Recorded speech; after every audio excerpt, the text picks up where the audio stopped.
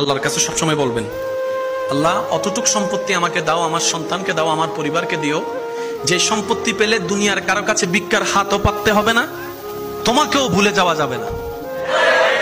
আল্লাহ অতটুক সম্পত্তি আমাকে, আমার বংশধরকে দিও, যে সম্পত্তিটা পেলে তোমার দরবারে শুকরিয়ার নামাজও বাড়াই দিব, মানুষের উপর দয়ার হাতটাও বাড়াই দিব। আল্লাহ আমাকে, আমার পরিবারকে অতটুক সম্পত্তি দিও না, যে সম্পত্তিটা পেলে তোমাকে ভুলে যাব, তোমার নবীকে ভুলে যাব, ইবাদতের কথা ভুলে যাব, অহংকারী হব, হিংসুক হব।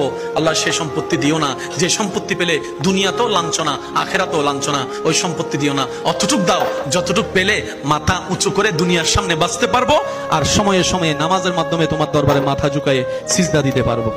আল্লাহর কাছে সবসময় বলবেন, আল্লাহ অতটুক সম্পত্তি আমাকে দাও, আমার সন্তানকে দাও, আমার পরিবারকে দিও, যে সম্পত্তি পেলে দুনিয়ার কারো কাছে ভিক্ষার হাতও পাততে হবে না, তোমাকেও ভুলে যাওয়া যাবে না।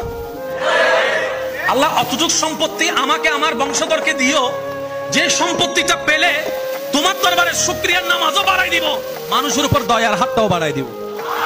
আল্লাহ আমাকে, আমার পরিবারকে অতটুক সম্পত্তি দিও না, যে সম্পত্তিটা পেলে তোমাকে ভুলে যাব, তোমার নবীকে ভুলে যাব, ইবাদতের কথা ভুলে যাব, অহংকারী হব, হিংসুক হব। আল্লাহ সে সম্পত্তি দিও না, যে সম্পত্তি পেলে দুনিয়াতেও লাঞ্ছনা, আখেরাতেও লাঞ্ছনা। ওই সম্পত্তি দিও না, অতটুক দাও যতটুক পেলে মাথা উঁচু করে দুনিয়ার সামনে বাঁচতে পারবো, আর সময়ে সময়ে নামাজের মাধ্যমে তোমার দরবারে মাথা ঝুঁকায়ে সিজদা দিতে পারবো।